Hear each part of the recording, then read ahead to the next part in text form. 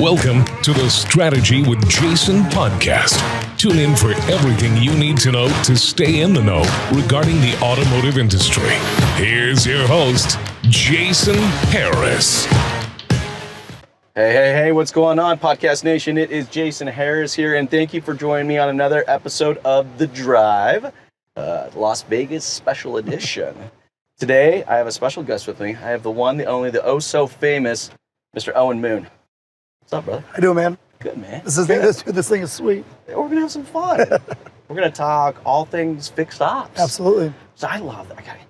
I don't get to talk enough about it, I got to be honest with you, so I've been looking forward to this one all afternoon. Oh, good.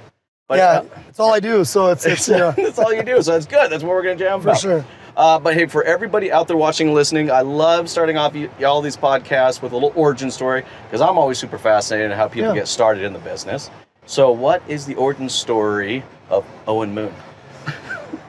Oh, man. It's like tale of two careers. Started right out of college, ended up at an agency that was automotive only. Okay. Didn't know anything. But what we had was, we had an infomercial that we were able to syndicate across the country. And we actually went around, my first 2 years in the business was actually going around and helping set up subprime departments. Okay. So relatively new, nobody was doing it. And so we would not only do the advertising, you only see those Ron Popeil infomercials back in the day at 3 o'clock in the morning. That was us. We were doing subprime, get you financing. But what the dealerships needed was somebody to help them with the banks, help them with the inventory, kind of the whole thing. So that was what my job was. I'd go around and I would kind of fake it till I made it. I didn't know what I was doing, but I'd go into these stores and help them set up our little piece of it. But looking back at it, now that I've been in this business over 20 years and kind of one of the OGs out there, I see all these young, digital people out there. But it was a great learning time, because I got to, instead of going to a radio station or a TV station, coming out of college, being a marketing guy, I got right into the trenches and learned the whole inside of the dealership world. That's cool. Which I couldn't have asked for a better learning experience in that time that I spent doing that. So you get in the trenches, man. Oh, I mean, that's what it's all about. So I mean, look, fix ops marketing. I think when people think of fix op marketing, they're not 100% sure exactly, what do they ultimately think, right? Yeah. So when you guys say fix ops marketing, like what's kind of the first thing that comes to your mind? Yeah, when we talk about like marketing your service department online, we really focus on all profit centers, right? Because it's more than just your service side of the business. It's also parts, it's tires, it's accessories, it's collision. And so what we've really tried to do is create an infrastructure that allows the dealership to, kind of merchandise those departments on their website. Mm-hmm. For years, all we've ever seen is sales, variable, vehicles, and the service side of the business just wasn't getting any attention. Yeah. So, that's Which is crazy, because it's the side of the business that can absorb all expenses inside of a dealership. Well, and here's why.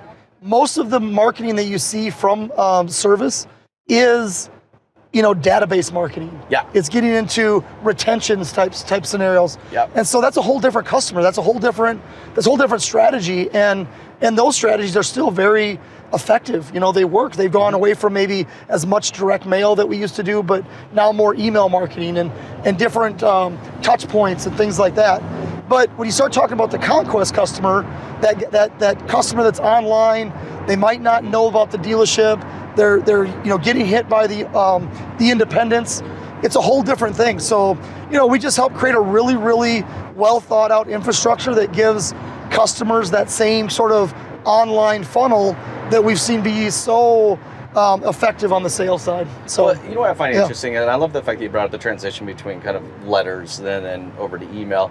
What I kind of find annoying sometimes is that all we did was take the content we stuck in letters and then just shoved it into an email. Yeah. That was it. And exactly. There's a lot more opportunity there, right? Yeah. I mean, you think about it, like my email, I probably got 200 unread emails sitting in this box. Yeah. And just to think that I'm just going to take what I used to do in letters and I'm going to shove it into an email and think that's good enough. It just really isn't. Email, you almost have to reverse it, right? I tell my sales team all the time, it's always was sort of an idea that you build it, right? Whether you're in a pitch or a sales presentation or just anything, you sort of give the meat and potatoes, or like you get to this big close where your email's the opposite. You got to give the big close at the beginning. 100%. Because nobody reads emails. It's like by the time you get halfway done, you've lost their attention and they're moving on. We triage it. Yeah. I mean, literally, I will triage it. I will probably go through 2 rounds of triage before I actually start opening stuff, right? Yeah. And so it's like, I love the subject lines that I typically see, right? ABC Motors service specials of blank this month. I'm like, really? I mean, nothing else? So let's talk a little bit about email strategies, right? So what would you say are some good email strategies for the fixed ops department? Well, one of the things that we've done, with our solution, and our solution is more of an online solution, obviously, focusing on the website and that type of thing. But we've turned this specials page that's usually very vanilla. Maybe there's a couple, things that a service manager will pick out and say, hey, I want to throw this on there. We've scratched that. We said, look, you've got to make it more of a menu style. You've got to make it, let's put all your popular services. Let's get some of those late ownership services. And so what we tell dealers is when they want to do email marketing, kind of use that same logic, right? Focus on some of the ones that you want to focus on, but then let's drive them into a better experience. It's just the breadcrumb. Yeah, it's just getting them into an area. So when we build out content, right? So, obviously SEO, there's a certain way to do it. Of course. There's a certain way not to do it. Everybody wants to automate everything. We don't want to hit that preferable easy button. Yeah, you got, SEO and building content just takes work. And so what we do is we build a transmission page, for example. And then if we put a transmission offer in an email, make sure that person, when they click that offer, actually goes to that transmission page. Don't go to the home page. Don't go to schedule service.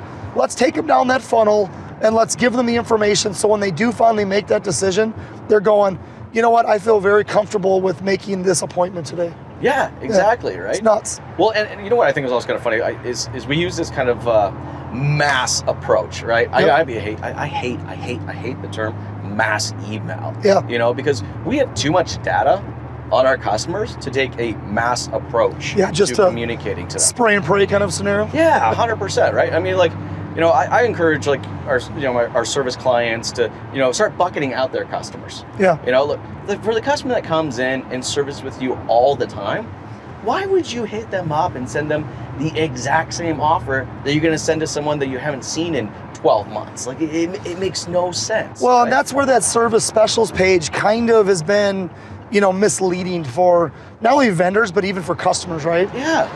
I always tell my dealerships that I work with, and it's kind of our I guess you could say best practices that we use is you don't have to use the specials page as a place to discount. Yeah. Be competitive and then win with information, right? I always say couponing's dead. When I think of coupons, right, I think of some lady sitting at the kitchen table. She's clipping coupons.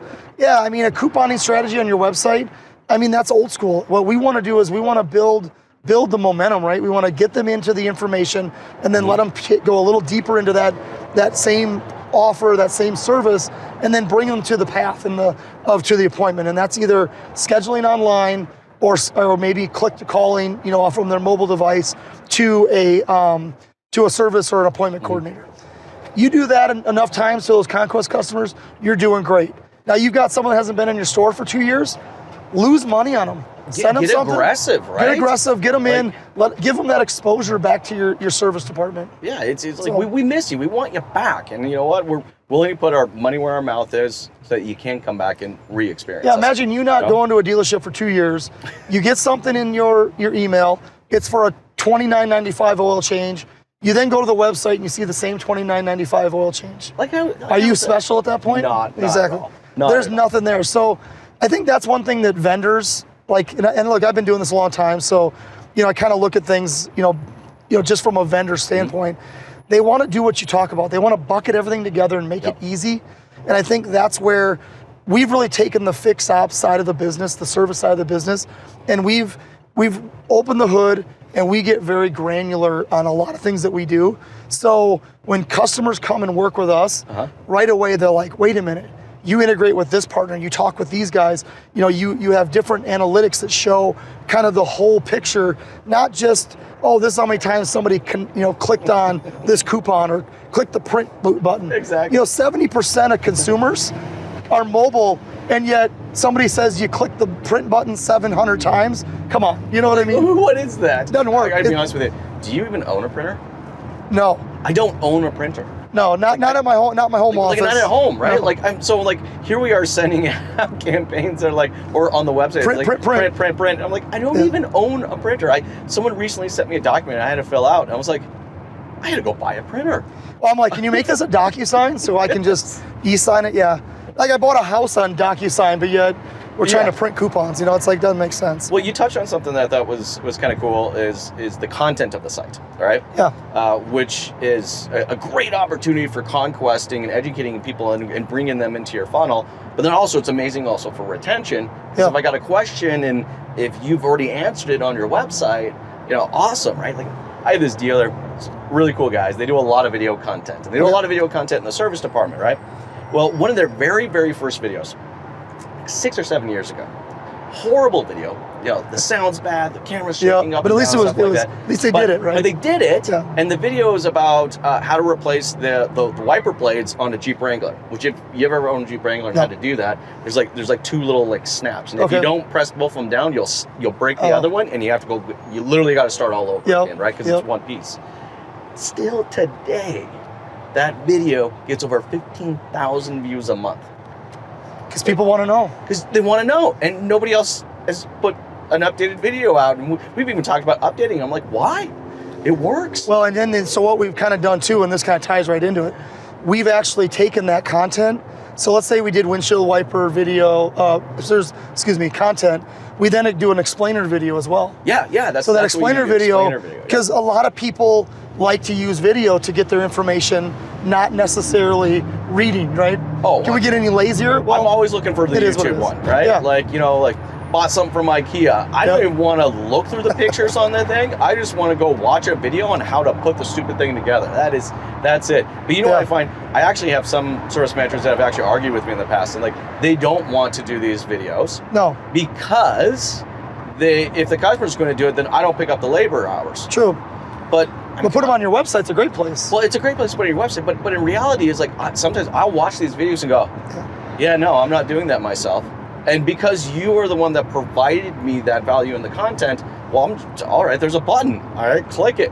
You're going to do it for me. 100%. Yeah, and when we do our videos, that's where we house everything is on YouTube for the dealership with their own like parts and service channel. But then obviously it links into all the relevant content that we're doing, ties everything together.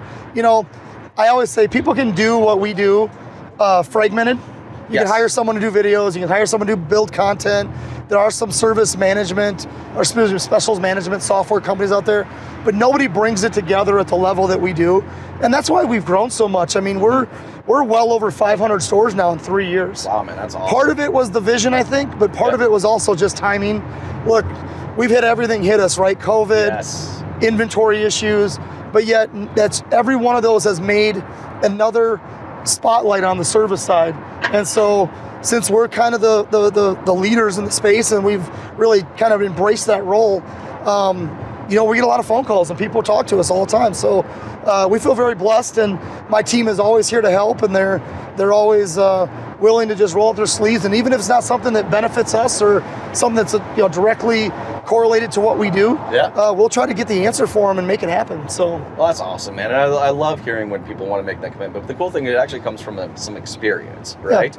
You know, I didn't say it, but you know, for an agency just to show up and not know the nuances of the fixed ops side, like it's kind of tough. You know, that's when I start seeing like the coupon strategy. You know, it's just like, oh, this will work, right? And it's like, no, it's like if you haven't sat down and truly understood the dealership's, you know, CP count goals or their hours per RO goals, 100%. or you know the fact that they're having some time issues or their absorption rate is not as high as maybe all the other dealerships in the in the group or something like that. Like, as an agency like you, because you guys have that experience, you're able to sit down, listen to these goals and objectives. Okay, let's reverse engineer backwards. Yeah, and our performance team is based out of Chicago. So my production team's out of Denver.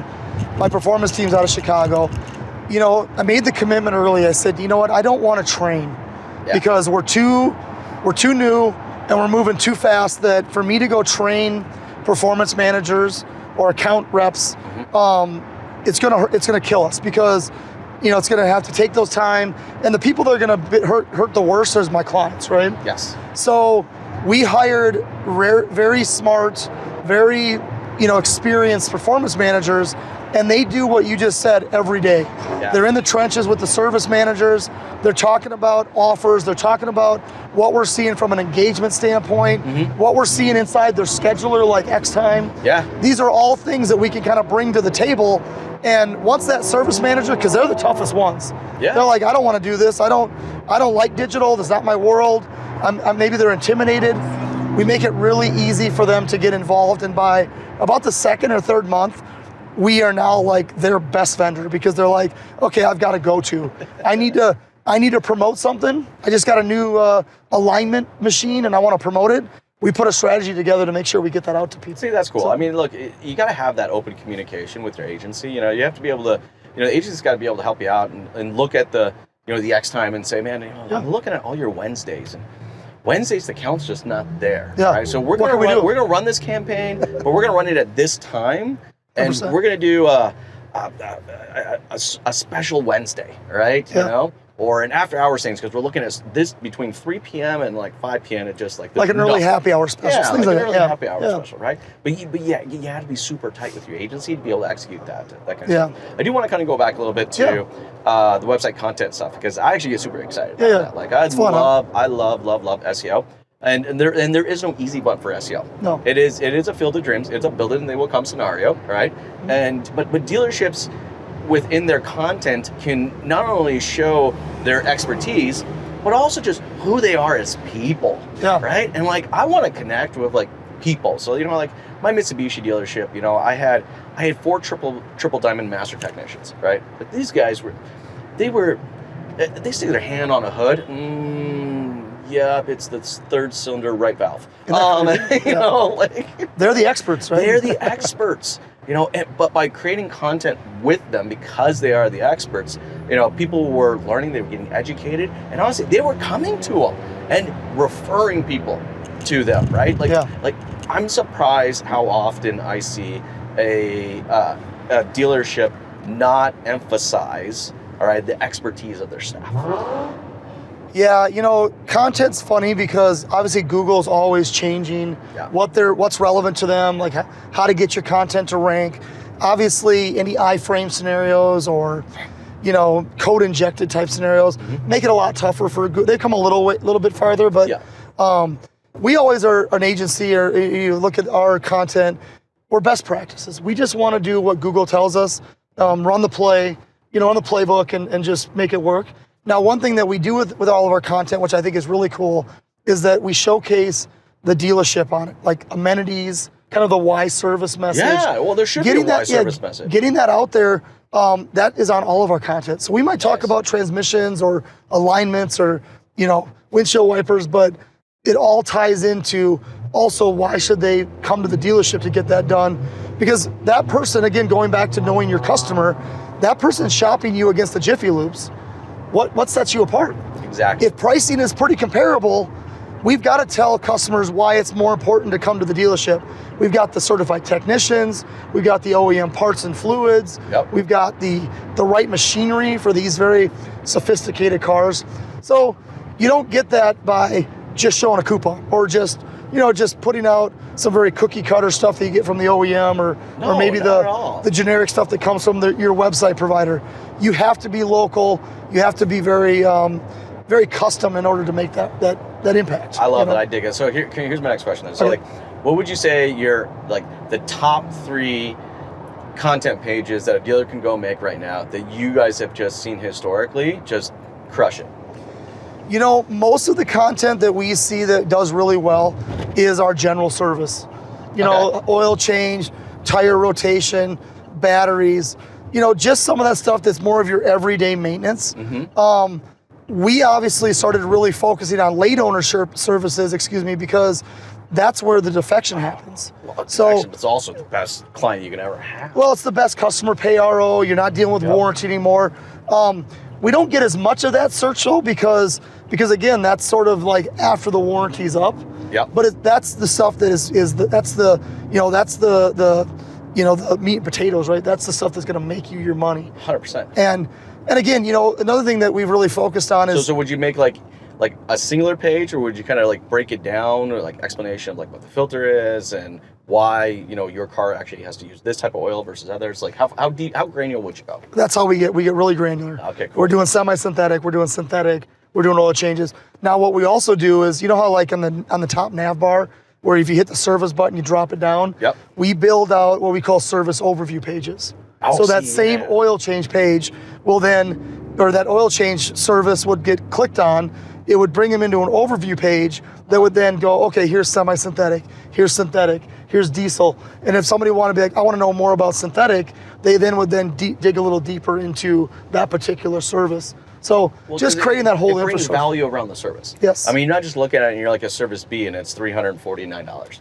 You're like, what does that mean to me? What does that mean? Like, I love it when I go into a next time and I'm like, service B, $349, and it's just got like a list of stuff that most average people aren't even going to know what it is. What it is, yeah. When you're able to break down it and show the why it needs to be done and the value of doing it, for your vehicle, that's huge. It's value. Value is all perception. Yeah. Right?